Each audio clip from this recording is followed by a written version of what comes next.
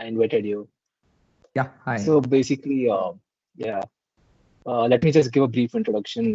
So the lecturer today is Surjeet Rajendran, who joined Johns Hopkins as an associate professor in the Department of Physics and Astronomy. Before coming here, he was also the Henry Schenker Professor at Physics in University of California, Berkeley. He holds a PhD from Stanford University and also is one of the 6 people who won New Horizons in Physics Prize in 2017. Really, thank you, sir, for accepting our invitation, and pleased to have you with us today. And you can start the lecture now, sir. Yeah, thank you very much. It's a pleasure to talk to you guys about this interesting field, opening up the gravitational wave spectrum. Now, I can't quite see you guys in the audience, things of this kind. So if you have a question, just speak up because I can't quite monitor what's going on. Periodically, I will stop and ask if there are any questions. And if there are questions at that point, again, just ask. All right. So what is a gravitational wave? All right. So let's think about this issue.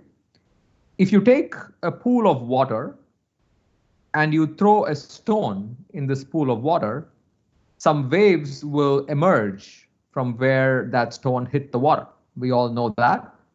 And the fundamental reason for this is because you have essentially disturbed the surface of the water, and that disturbance travels through the water.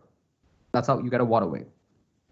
Now, you also know that if you, say, stand on the shore and you observe this water wave, you can figure out what may have caused it. So, for example, if the water wave was caused by a stone hitting the pool of water, or let's say it was caused by a boat going through the water, by looking at the waveform that's produced by this object, and by simply observing the waveform from far away, you can in principle try to figure out what was the source of that disturbance, right? So this is an interesting fact because this way, by observing the wave produced by a disturbance, we are able to understand the source of the disturbance, even if we are actually very, very far from where the disturbance was actually caused. Now, the idea of a gravitational wave is the following thing, that if you think about it, there could be one star that moves around another star. This turns out happens fairly often in our universe.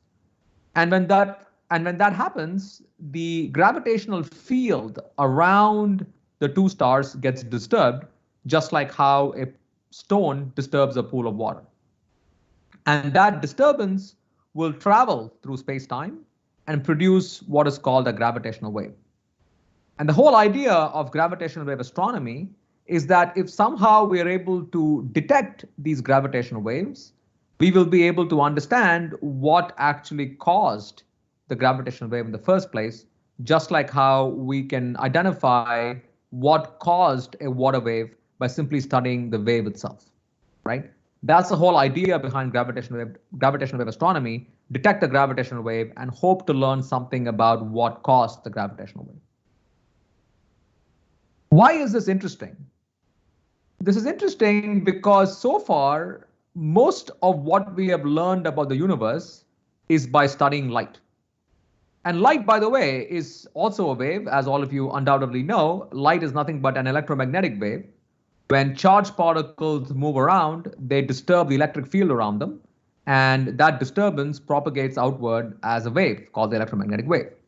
And we are very used to the idea that by measuring these electromagnetic waves, we can learn about very, very distant objects.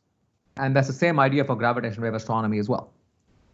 And what is true in optical astronomy, in electromagnetic astronomy, is that we have made discoveries in pretty much every frequency band that we have looked at in light. So we have radio telescopes, we have optical telescopes, we have X-ray astronomy, gamma ray astronomy, all kinds of things. And pretty much in every frequency band that we have looked at in astronomy through light, we have made amazing discoveries. So there is very good reasons why we also want to look at a wide frequency range of gravitational waves, just like electromagnetism. And the interesting thing about gravitational wave astronomy is that there are many known sources in the universe that produce a lot of gravitational waves, but they don't emit much light. So for example, you can think about objects like two black holes that are going around each other and merging. Black holes, by their very definition, don't produce much light. But on the other hand, since everything in the universe has mass, and the things that have mass will always couple to gravity, it is in fact the case that even though black holes don't produce very many electromagnetic waves, they will produce a lot of gravitational waves. So if you observe the gravitational waves, you can hope to learn something about the black holes themselves. Secondly, there are objects like neutron stars and white dwarfs. We know they exist. They are very faint electromagnetically, but they have the same amount of mass as the sun. And therefore, when they go around and they merge, they will emit a lot of gravitational waves. And that way, we can again hope to learn something more about these objects by detecting the gravitational wave. And one of the most important uses of gravitational waves may be that it may actually help us learn something about the very origin of the universe itself.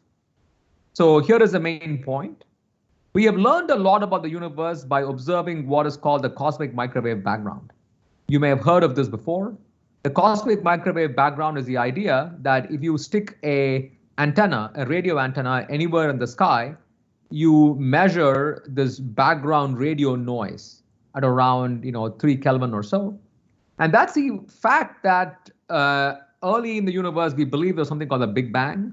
The Big Bang produced a whole bunch of light, and this light was going all over the universe. And as the universe expands, it cools. And as it cools, there will still be a remnant of this early radiation that was produced when the universe was created. And that was detected in the 1970s. And that is basically how we experimentally know that something like the Big Bang actually happened. So we've learned a lot about the universe by measuring this cosmic microwave background. Okay. The problem with the cosmic microwave background is that if you turn the clock back, so right now we know our universe is expanding, things are going away from each other. If you turn the clock back, what you will find is that things were a lot closer to each other. The universe was a lot hotter. And eventually there comes a point where the universe gets so hot that neutral atoms will get ionized. And when neutral atoms get ionized, light cannot actually freely move in a plasma of that kind. Okay. So the reason why you're able to see me is because light from my face is going to the camera, and there's nothing blocking the path between me and the camera, right? If I put a whole bunch of charged particles in the middle, the light will not be able to move around because the charged particles will scatter the light, and thus it'll be like a conductor, and you won't be able to see what's actually going on. So the same thing happens in our universe. If you turn the clock back, there comes a point where the universe is so hot that you only have charged particles around. And at that point, light cannot get through easily. So we can't learn about the very beginning of time with optical light simply because of the fact that light gets blocked. But gravitational waves, since they're so weak, they will go through all this high density. And if you're able to detect the gravitational wave, we will be able to learn something about the very beginning of time itself. So this is a very exciting and interesting opportunity. Let me pause for a second and see if there are any questions about this. I guess not. So I'll continue. So yeah, is there a question? No, sir, please continue. Okay. So there was, in fact, an experiment called LIGO that detected gravitational waves in 2016, 2017. You may have heard of it. They won the Nobel Prize in physics for this. And it was a 40-year effort to do all this. And they detected gravitational waves in the frequency band from about 10 hertz to about 1 kilohertz. That is basically the frequency that the gravitational waves are being emitted. Okay, so basically they're seeing two stars go around each other, something like 10 times a second, very, very high frequency, and that's what they're seeing. And what I'm interested in is asking the question, great, LIGO did 10 hertz to kilohertz, fantastic human accomplishment. How can we detect gravitational waves in other frequency bands, just like how with light, we have tried to detect light in many other frequency bands, not just in optical. We've tried to detect light in radio waves, gamma ray astronomy, all kinds of stuff. How do you do the same thing for gravitational waves? So what does a gravitational wave do, right? If you want to detect a gravitational wave, you have to figure out what it does first. So what does electromagnetic waves do to an electron, right? If you have a photon and electromagnetic wave going by, you know that the photon is basically a bunch of electric and magnetic fields. So if you have a charged particle and an electromagnetic wave goes by, the charged particle will move up and down. So you can put an antenna, and the antenna, the electromagnetic wave goes through, the charged particles move up and down the antenna, and that creates a current. And by measuring the current, you detect the electromagnetic wave. What is the analog for gravitational waves? Well, this is what the gravitational wave will do. If you take two objects and you separate them by a distance L, a gravitational wave will cause the distance between these two objects to modulate. They'll move back and forth. And if you're able to measure this modulation, you can detect a gravitational wave. The reason why this is extremely challenging is because even if you think about the brightest sources of gravitational waves in the universe, they cause extremely small length changes. So for example, if you take two objects and separate them by something like approximately 4 kilometers, and a gravitational wave goes by, it causes the length between them to change by something like 10 to the minus 18 meters, extremely small, right? And 10 to the minus 18 meters is something like 1,000 times smaller than the nucleus of an atom. So you have to measure this very, very small length change. So technologically, what you have to do is you need to come up with a technology that is able to measure this incredibly small length change. So that's a technical challenge. How do you do that? Secondly, even if you had a technological device that could measure this extremely small length change, you have to make sure that the distance between these two objects does not change by anything else in the world by more than 10 to the minus 18 meters. So for example, I take these two objects, let's say I separate them by 4 kilometers. A gravitational wave comes by, it causes the distance to change by 10 to the minus 18 meters. Now, suppose something else came in. Maybe, I don't know, someone drove a car near the object and they shook the ground a little bit. And by shaking the ground a little bit, the objects moved by more than 10 to the minus 18 meters, which is very reasonable, right? If that is the case, if you had all this noise around you, that noise will rapidly swamp the tiny gravitational wave signal. So you also require to create some of the world's best vibration isolation systems in order to measure this very, very small length change.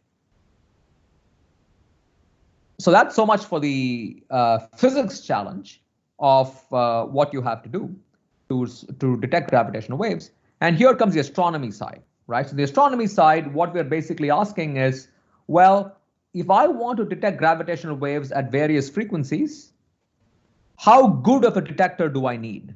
Okay, so what this plot is basically showing is that it's showing what is called the characteristic strain or the amplitude of the gravitational wave in the y-axis and the frequency in the x-axis. So what this plot is saying is that based upon my knowledge of astronomy, I know that there are various sources of gravitational waves in the universe. So for example, I have solar mass black holes going around each other and they merge somewhere. I have white dwarfs, they merge somewhere. I have supermassive black holes, they merge somewhere.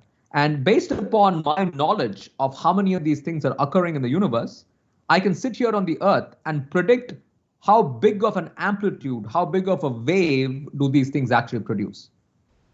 And that's what this plot looks like. You realize that at the highest frequency, like something like 100 hertz, which is where LIGO actually is at, they are seeing the mergers of solar mass black holes and neutron stars. And to see those, you have to measure characteristic strain amplitudes of around 10 to the minus 22. Whereas if you're, let's say, operating at something like 10 to the minus 9 hertz or a nanohertz, okay, you only need to be able to, the kinds of objects you are seeing are the mergers of supermassive black holes. And for those, the strains are considerably higher, something like 10 to the minus 16 to 10 to the minus 14. Okay, so now comes a key question. Why did these LIGO guys work so hard to detect gravitational waves at 100 hertz, where the amplitudes are something like 10 to the minus 22 or 10 to the minus 23, very small, then in fact they could have tried to detect gravitational waves at a nanohertz, where the amplitudes are considerably larger, about 6 to 7 orders of magnitude bigger. So why did LIGO choose to do this? And that is basically because of the following thing. If you look at technologically what you need, it is indeed the case that at high frequency, the signals are not that bright. So you need a high precision sensing technology. Okay. Whereas at low frequencies, the technology need not be that good in terms of precision because the amplitudes are considerably bigger.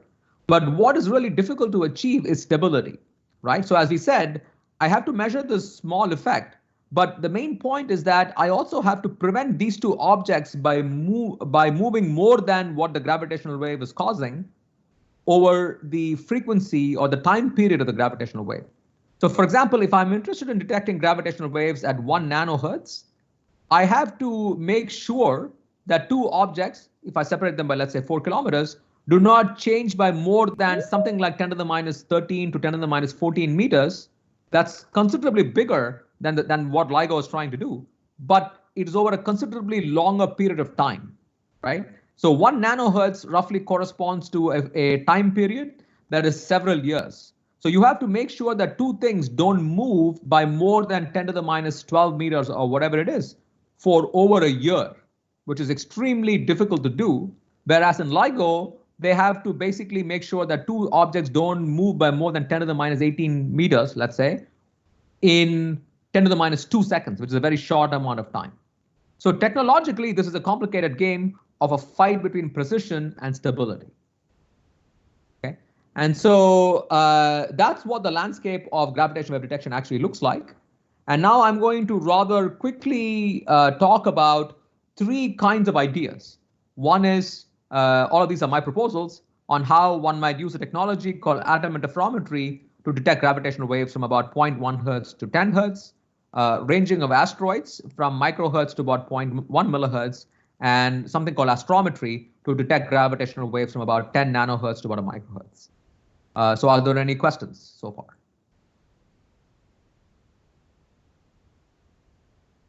No questions, sir. Okay, good. So I'll continue. So let me talk about atom interferometry from 0.1 hertz to 10 hertz. Okay. So why is this even interesting scientifically? Okay, we call this mid-band gravitational wave detection.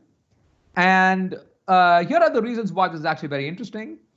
So one of the largest sources of gravitational waves in the sky are actually the mergers of what are called white dwarf stars. And the basic physics of gravitational waves is the following. You take two stars, they're going around each other, and when they're far away, they will emit some number of gravitational waves. And as they emit gravitational waves, they will lose energy and they'll fall inside the orbit. So they'll be losing energy, falling inside. As they fall inside, they'll go around each other more and more quickly. They will lose more and more energy, and eventually they'll bang into each other. Okay. So the highest frequency that a merger produces is set basically by when they collide with each other. And the point is that a white dwarf is something like 10,000 kilometers in size. And if you take two stars and they go around each other with an orbit whose size is about 10,000 kilometers, you can just solve Kepler's law. You will find that they go around each other something with a period of something like 10 seconds or 0.1 hertz. So the highest frequency that two white dwarfs will ever go around each other is something like 0.1 hertz. And that is in fact too low to be seen at LIGO, because LIGO, as we said, operates at about a kilohertz or 100 hertz. But these are some of the biggest sources of gravitational waves that we might expect to see, and they may even cause what are called type 1a supernova. So there's a good reason to go and look for these things.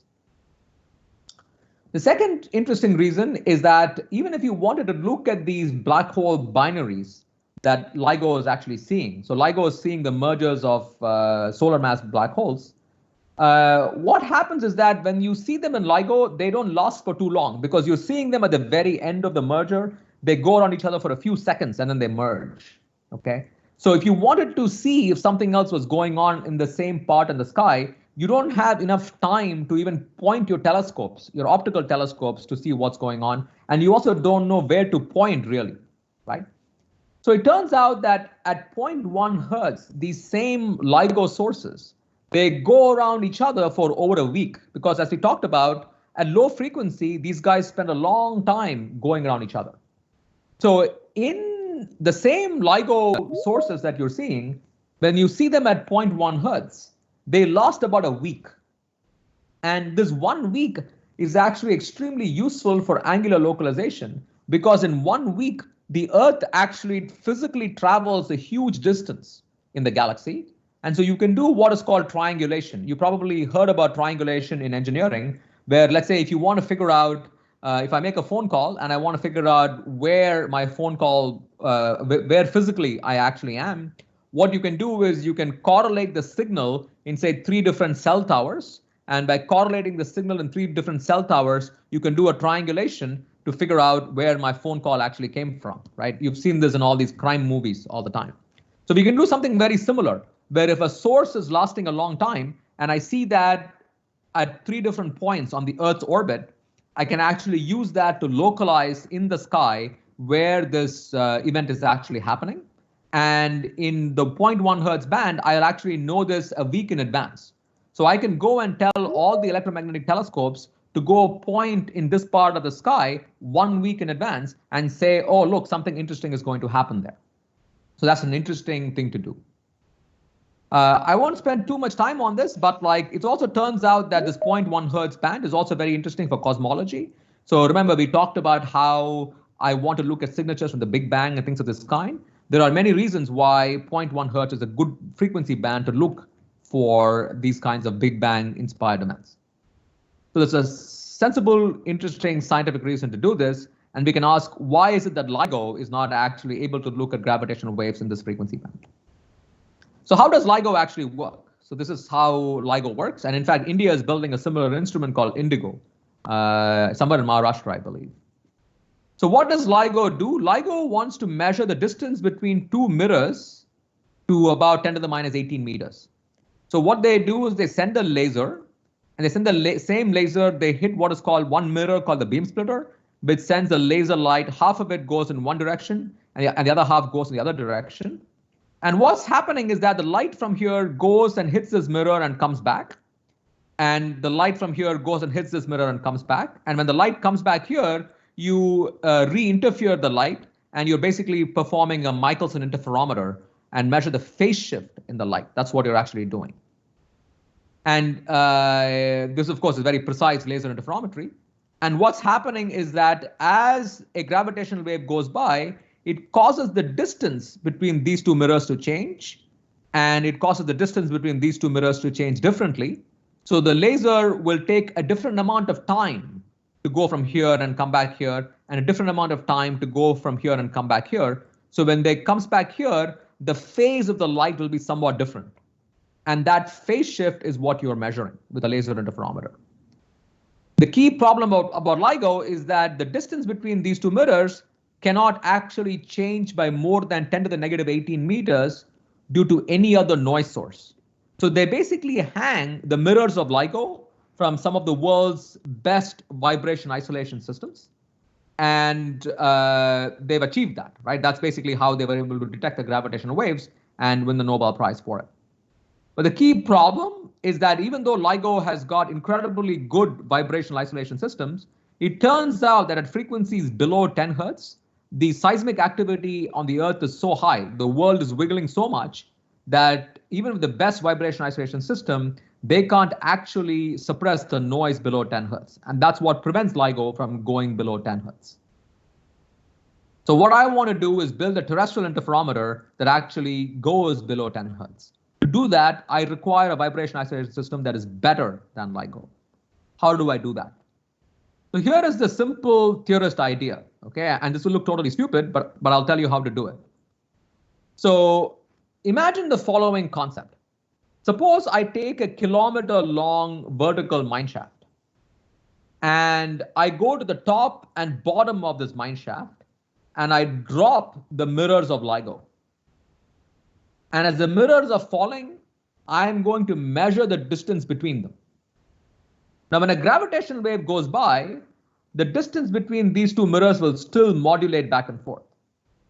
But if the world is shaking, because the mirrors are in free fall, they're not attached to the ceiling with any kind of rope or whatever. So when the world is seismically active, the seismic activity will not directly cause the mirrors to shake. And thus, I have pretty much created the world's best vibration isolation system. Right? I can still see the gravitational wave signal because the gravitational wave doesn't care. It will still cause the distance to modulate, but seismic activity has been cut off. Now, of course, the problem with this silly theoretical idea is that the mirrors of LIGO are basically 40 kilograms of sapphire. And so nobody in the world will let you drop them. Right? The question is, can we actually drop something that is cheap and yet precise? That's the whole idea here. And in fact, there is something that is very cheap that is still very precise that you can drop. And those are turns out to be what are called ultra cold atoms. So let me tell you what the idea is. So here is the conceptual idea.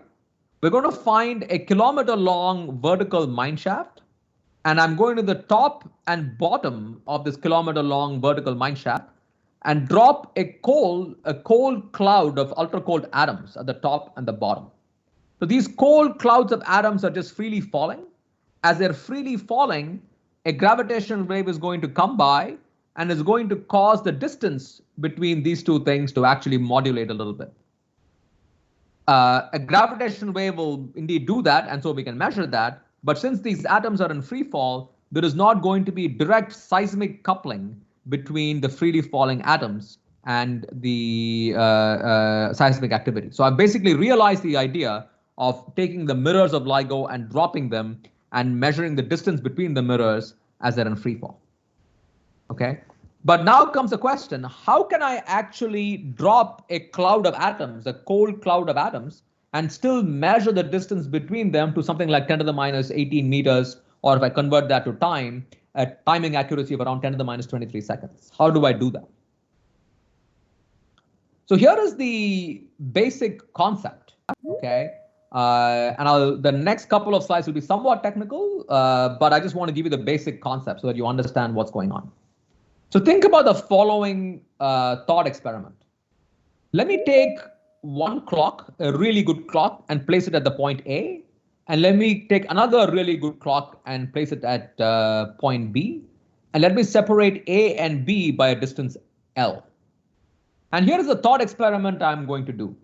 I'm going to take this clock A, and at times T, 2T, and 3T, I'm going to keep sending laser light from A to B. Okay, so I have a clock, I'm sending light pulses at time T, 2T, 3T, so on and so forth. And at the point B, I'm going to sit there and simply measure when the light is going to come from A to B. Now, if nothing is going on, if there are no gravitational waves, then when I send light at time T, 2T, and 3T, and I record at what time the light reaches B, it will reach B at time T plus L, 2T plus L, 3T plus L, so on and so forth, because it takes a time L to go from A to B. Now, even though I'm simply sitting there and recording the time of arrival of these pulses, what you're going to see is that the time between the pulses is constant, right? Is always T, right? It comes at T plus L, 2T plus L, 3T plus L, so on and so forth, but the time between the pulses is still T because that is the time rate at which I'm pulsing A. Whereas if a gravitational wave goes through, the distance between these two objects will change ever so slightly. And so the time of arrival at B is going to be T plus L plus epsilon because the distance changed, and 2T plus L minus epsilon because the distance shrank a little bit, so on and so forth. So I'm going to find that the time of arrival of the pulses at B is going to be modulating back and forth. And if I can measure that modulation, I can detect a gravitational wave. So is this idea clear? Let me pause for a second and see if there are any questions.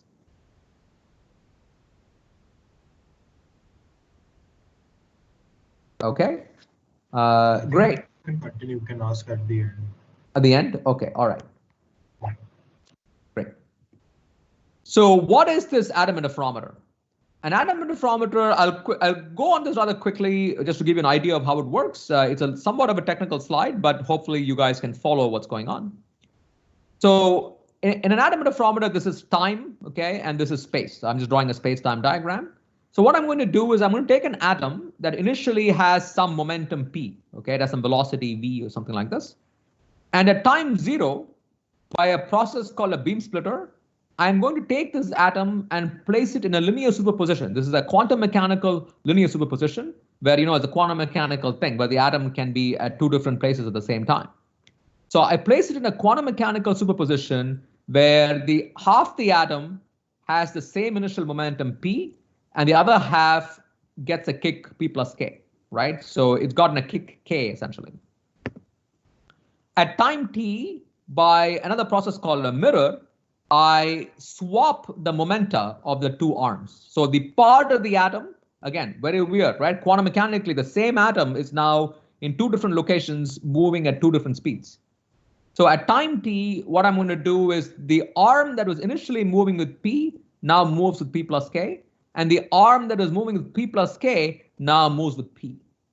And what I want to do is I want to measure the phase difference between these two arms of the interferometer. So I apply a final beam splitter, okay, and that beam splitter takes p plus k to a linear combination p plus k minus p, and the state p to a linear combination p plus k. And when I do that, the final state of the atom is 1 plus e to the I delta phi p plus 1 minus e to the I delta phi p plus k. That's what the math comes down to. And for those of you who don't know quantum mechanics, all of this will sound like some lingo. I'm sorry about that, but for those of you who do know some quantum mechanics, hopefully this is familiar.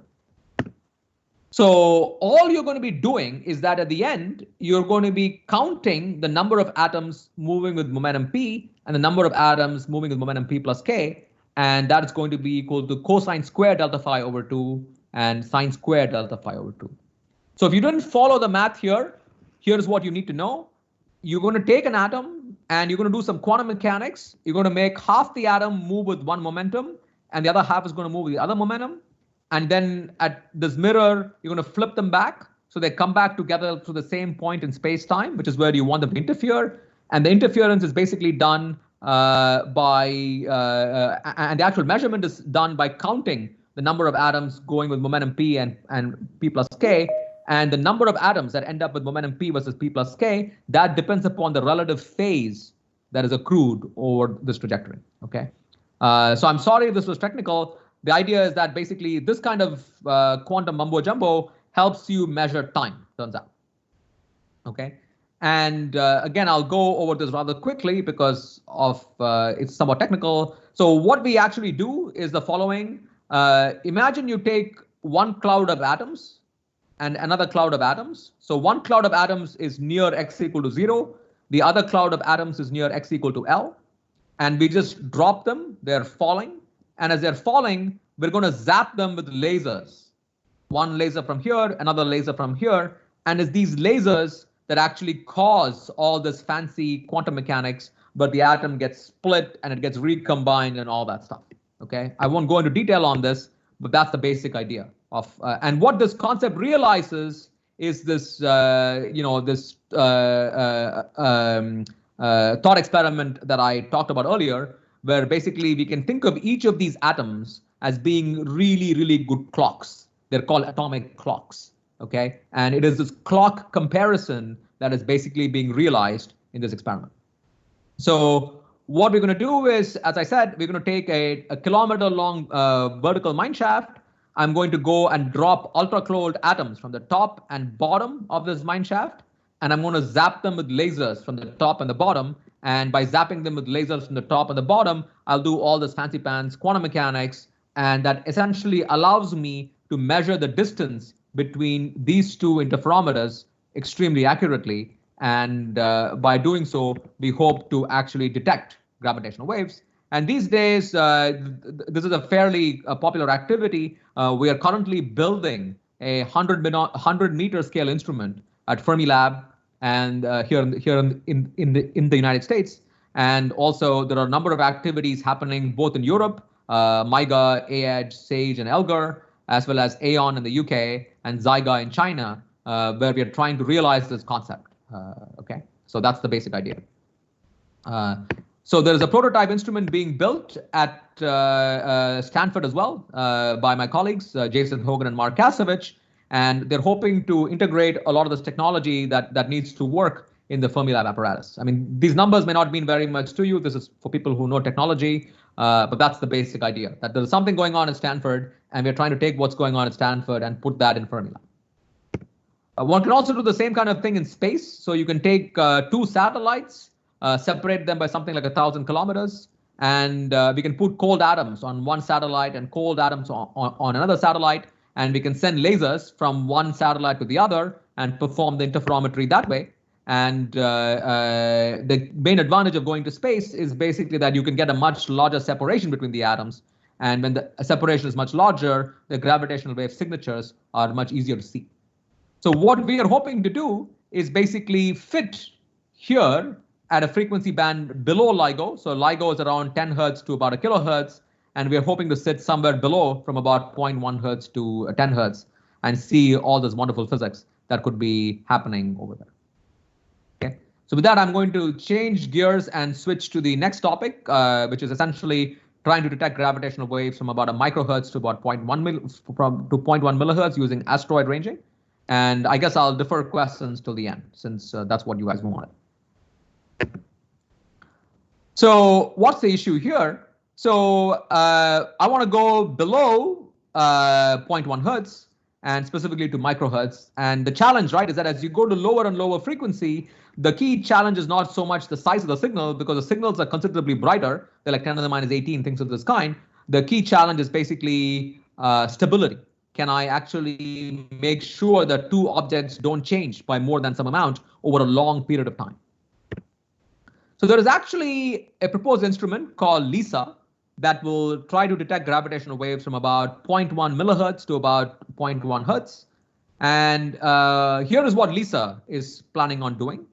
So LISA will be operating in space. So they'll be taking two satellites. They'll separate them by something like 5 million kilometers. And inside each of these satellites, there is basically going to be what is called a proof mass, which is basically some nice little thing. And what they want to do is measure the distance between these two proof masses to something like 1 picometer. Okay, sorry, to like 0.1 nanometers. Okay, and if the distance between these two objects doesn't change by more than 0.1 nanometers, they can detect interesting gravitational waves. The challenge with all this is that you might think, okay, I'm in space, there is no seismic activity, things of this kind. But the problem is the following. Your proof masses are actually inside satellites, and turns out that satellites actually randomly vibrate a lot due to all kinds of noise. So when the satellites actually vibrate a lot due to all kinds of noise, the proof mass will also move due to all this random noise. And particularly as a satellite wiggles, the gravity, just the normal Newtonian gravity of the satellite will also cause these proof masses to wiggle. Okay, and if that wiggling is too big, and by too big more than 0.1 nanometers, which is what the gravitational wave is causing, you can't see the gravitational waves. So the LISA guys had to actually prove that they could control the position of the satellite to something like 1 nanometer, okay, or over something like 1,000 seconds to prove that they could actually do this. And they flew a whole instrument called LISA Pathfinder to prove this. And LISA Pathfinder did wonderfully, and they actually accomplished all the things that LISA needed to do. And so that's wonderful. It is very likely that the LISA mission will succeed, and they will see gravitational waves at something like 0.1 millihertz. So I'm interested at lower frequency, which is basically 10 to the minus 5 hertz or 0.1 or like 1 microhertz. And there, the LISA Pathfinder missions are something like 2 to 3 orders of magnitude less sensitive than what we need. So it's of course possible that someone may improve upon LISA Pathfinder technology and accomplish this goal. That's certainly possible. But I'm asking, is there something else one could actually do at this low frequency? Okay, so I'm going to do the dumb thing. So the whole point is the following, right? That I want two objects whose distance does not change by some amount, no matter what noise source hits on it. So how do I suppress the ultimate change in distance given a certain amount of force? Well, the way for me to suppress distance given a certain amount of force is by making mass very big, right? If for a given force, if the mass is very large, the acceleration will be small, so the distance change will be tiny. But a satellite already costs a lot of money. I mean, the satellites of LISA are something like 1 ton in mass. How can I put something even heavier in space? That's not possible. It doesn't make any sense. So what I want to do is I want to make use of natural objects that are in the solar system.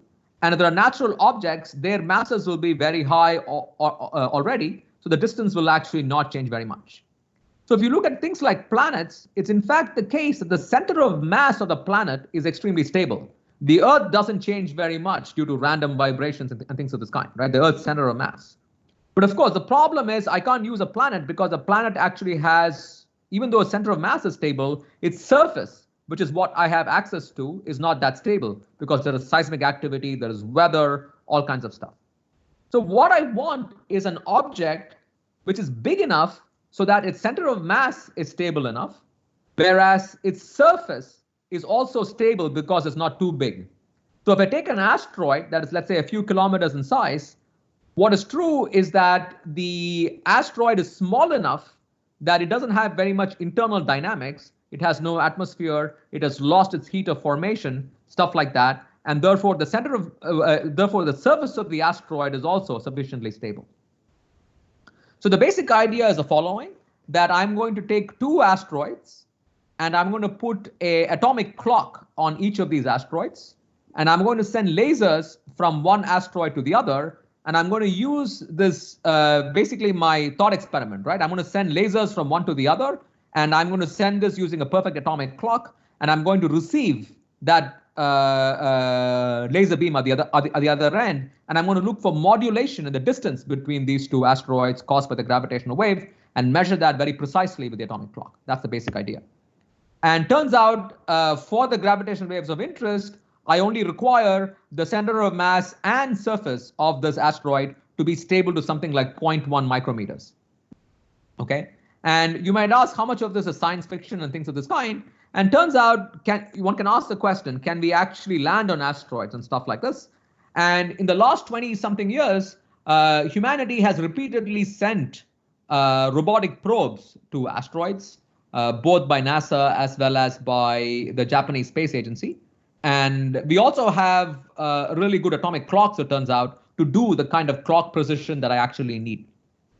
So the remaining question is basically, is the asteroid surface and center of mass sufficiently stable? And turns out it is.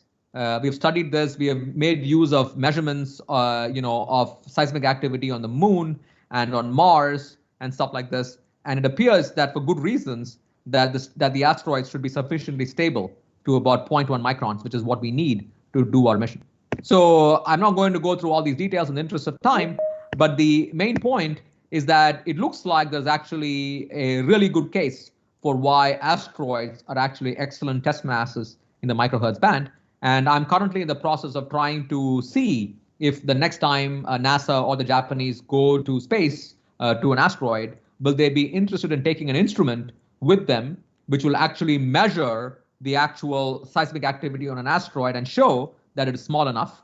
And if they actually show that it is actually small enough by a real measurement, as opposed to the estimates that I've done based upon lunar and Martian data, then there would be a really good case to put a gravitational wave instrument in space on an asteroid. Okay, so that's kind of the idea that I'm trying to push. So we have a few more minutes, and I can talk about the last idea, which is basically astrometry to detect gravitational waves in the frequency band from about 10 nanohertz to about 1 microhertz. So we can ask, why do I need something different to go to 0.1 microhertz to, I think I'm still good on time, why do I need a different idea to go below 1 microhertz? And that's actually due to a problem caused by the asteroids themselves, okay? So let's think about the idea like LISA or even my asteroid idea. What I want to do is I want to look at two objects in the inner solar system, and I want to ask if a gravitational wave can go by between these two objects. Can it change the distance between them by more than some amount? And if that amount is what I want to detect. But if the distance between these two objects is being changed by something else, okay, it's again the problem of stability. If something else comes and changes the distance between them by more than the amount the gravitational wave is causing, then I cannot actually see the gravitational wave anymore. And what is true is that in the inner solar system, there are the asteroids themselves that are going around the asteroid belt. They will gravitationally act on whatever object I place inside the inner solar system. And that will then actually cause the distance between these two guys to change by more than what gravitational waves are actually going to do. So just the gravity noise of the asteroids themselves is going to be too big, turns out, at frequencies below a microhertz. So above a microhertz is okay, but below a microhertz, it rapidly becomes a problem. So one has to essentially look at objects. One needs a different idea to combat this gravity gradient noise. One requires a different idea to actually combat this problem. So what can we do? So there is another instrument that's already underway, and they will probably see gravitational waves. In fact, they may have already seen gravitational waves. And that is this beautiful idea of what is called a pulsar timing array. So here is what these guys are doing, right? They look at very, very distant objects called pulsars. And pulsars are these neutron stars that are very, very far away from us. And they're known to be very good clocks. So a pulsar repeatedly sends signals to the Earth, and it's basically some spinning object. And it comes at very, very high periodicity with tremendously high accuracy. So what these guys are doing is that they look at these distant pulsars and they measure the time of arrival of these pulsar signals. So when a gravitational wave goes by, the distance between us and the pulsar changes. And since the pulsars are really good clocks, if that time of arrival changes by even a few nanoseconds, you can be confident that what you're actually seeing is a gravitational wave. And what they're fundamentally realizing is that this entire thing is actually happening on the ground. It's not even a space-based instrument. But the key point is that these pulsars are so far away that the signal from the gravitational wave is considerably higher than what it would be from any proof mass that you can keep in the inner solar system. So they have figured out a way to increase the signal without increasing the noise. And that way, they're actually able to detect gravitational waves at low frequency. Okay, they're a wonderful instrument, and they've probably already seen gravitational waves. We will know in a few months or a year if this is true. But there are only so many pulsars around, and this is how well they can do. And I'm interested in asking, well, what can I do above the band where the pulsars are around? Okay, so this is basically what I just said, which is that a pulsar timing array detects gravitational waves by looking at the time of modulation and the time of arrival of various pulsars going around. So if I can't use pulsars because there are only so many of them at higher frequency, what else can I use? What other distant astrophysical objects can I actually use? Well, another idea basically is that I could look at the center of mass positions of stars, because the center of mass position of a star is extremely stable as well. Okay, and if a gravitational wave somehow goes by, the distance between me and the center of mass of the star will change. But of course, I have no direct access to the center of mass position of the star because I can't actually access that directly. What I can actually measure on the ground is I can measure the angle between two stars, right? So when I see a star, it's some shiny object, and I see another star, it's another shiny object, and light is coming from these two shiny objects to my instrument. If a gravitational wave goes by, the distance between me and that star will change, and that will cause that angle to change ever so slightly. So if I can measure the angle between two stars extremely accurately, I will be able to see the gravitational wave. And that is called astrometry. So again, I'm showing that picture here. So I have two stars. They're sending light towards me. And if a gravitational wave goes by, the distance between these two stars and me will change. And that actually changes the angle between the two stars. So if I'm able to measure the angle between two stars very accurately, I will be able to detect the gravitational wave. And I essentially have to measure the angle to something like 10 to the minus 15 or 10 to the minus 16 radians. This is pretty tough business. How well can we do that? How stable, first of all, is the angle between two stars expected to be, and how do we measure this? So the biggest challenge here is actually the stability, once again, right? That if I measure the angle between two stars, is the angle between two stars expected to be stable to 10 to the minus 15 radians over, let's say, a period of a year? The biggest problem here is that I actually do not really measure the center of mass directly, right? What I'm actually measuring is the photometric center of the star. So basically, if I look at the star, I measure the center of light, not the center of mass. The center of light is unfortunately affected by things like star spots. So for example, if I take this star and say this star has a dark spot here, like a sunspot, then when the sunspot is here, the center, the photocenter, not the center of mass, the photocenter may be somewhere here. And now if the sunspot went away, the photocenter will move to a different location, like for example, as shown in this picture. So now all that has really happened is that the sunspot has come and disappeared, and that changes the photocenter of the star and not the center of mass of the star. So if I'm measuring the photocenter, which is what I can do with astrometry, just the changing in the star spot will cause the photometric center to change, and that will make me think that I saw a gravitational wave, but I would be wrong, because a gravitational wave only changes the center of mass, but not the photometric center, whereas astrometry only allows me to measure the photometric center. Okay, so how do I tackle this problem? Well, I make use of the fundamental point that the photometric center depends a lot on the size of the star. For a big star, a contrast in brightness will cause a much larger change to the photometric center, whereas for a small star, a much larger contrast will only change the photometric center slightly because the spot itself is very small.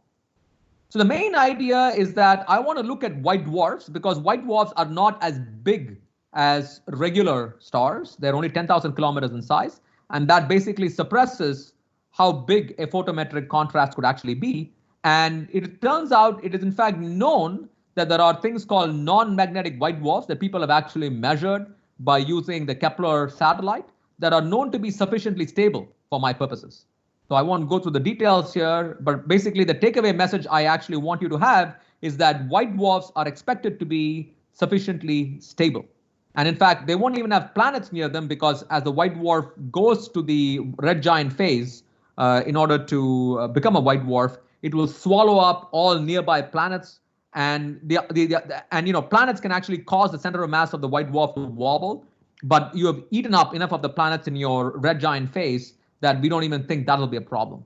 So our primary idea is that we actually want to do photometry of white dwarfs. We want to look at a couple of white dwarfs and measure the angle between them extremely accurately over long periods of time. And turns out the technology for this was actually proposed in something like the early 2000s. So the technology is available, but of course it's very expensive. And so I don't actually know if when this kind of instrument will be realized. It takes a long time to make these kinds of things happen, but I'm personally very enthusiastic about measuring the angle between white dwarfs very, very accurately. Okay, so with that, let me conclude. So the main takeaway that I want you guys to take from this talk is that gravitational wave astronomy is extremely exciting. This has basically given us a new eyes, a new way to probe what is going on in the universe. And I've talked about how atom interferometers offer a unique possibility to probe gravitational waves in the frequency band from about 1 to 10 hertz. In my opinion, there's a very strong case for using asteroids as test masses at the microhertz frequency. We talked about how it's actually possible to land on an asteroid, and that's already been done in the last 20 years or so. And what we want to do is motivate people to go and do asteroid seismology to actually measure and prove that the asteroid surface is stable to something like 0.1 microns. And if that is actually done, there would be a very strong case to laser range the distance between two asteroids and use that to detect gravitational waves. And finally, at frequencies below microhertz, the gravity gradient noise from all the asteroids in the solar system is so big that we can't use conventional proof masses inside the solar system to detect these gravitational waves. We have to look at distant objects. We can't quite use pulsar timing arrays because they don't quite have the sensitivity necessary to go to say something like 1 nanohertz or 10 nanohertz. And for that, it appears that measuring the angle between two white dwarfs is going to be a very interesting way of doing this. So with that, let me conclude, and I will stop and take questions. Thank you so much, sir, for giving the lecture. The lecture was really interesting. Now we'll take up the doubts. Yeah. So I had a doubt while telling about LIGO. You mentioned something called angular localization. What is it exactly? What is it? Okay, so angular localization is the following idea, right? So I want to basically know where in the sky this event actually happened. Okay, so think about the following problem. I have an optical telescope and I have to point the optical telescope in a particular direction for me to see what's going on.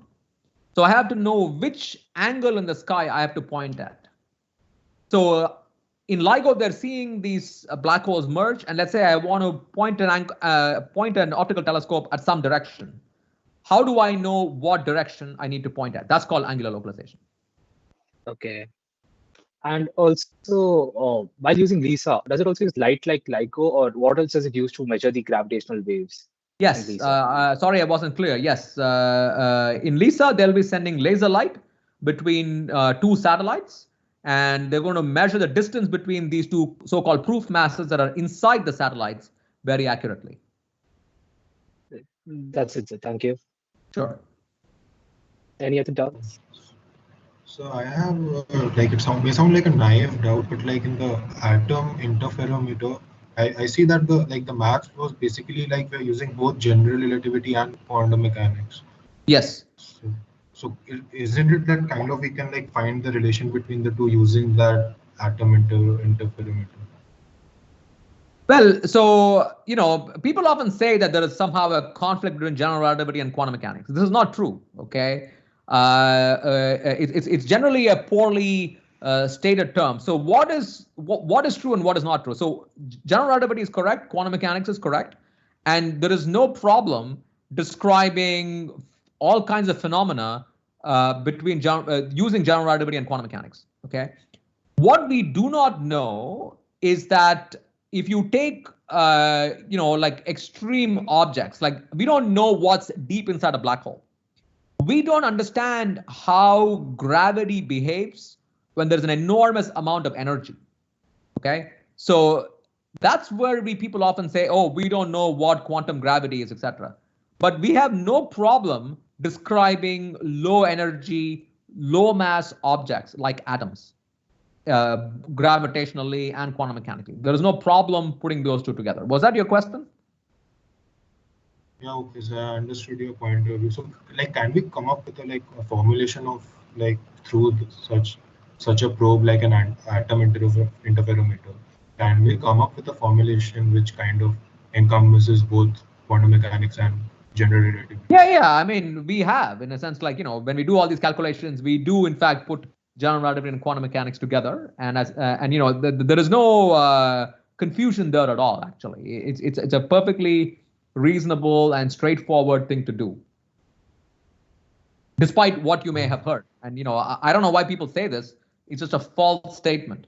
There is really no problem putting general relativity and quantum mechanics together to describe low energy, low mass phenomena.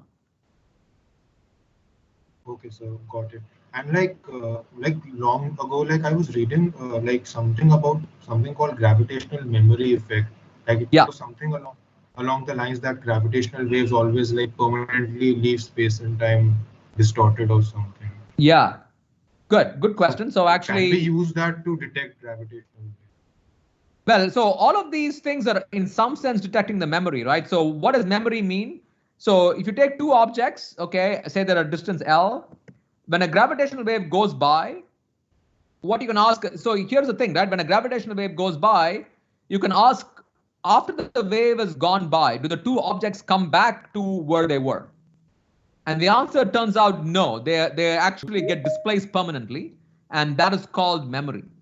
Okay. And the point is that indeed all gravitational wave experiments are looking for this memory, in the sense that they're looking for the length change. And instead of looking for the permanent length change, they're looking for the change as the change itself is happening. Because the permanent length change is much harder to measure, right? Because it takes a while for that to happen. And oftentimes it is noise that will swamp you.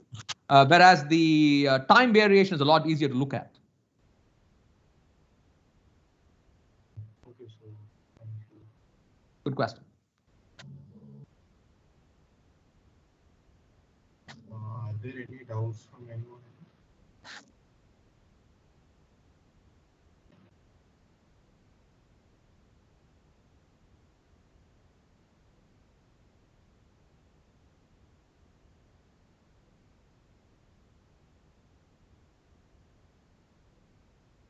Yes, sir. I think there are no more doubts.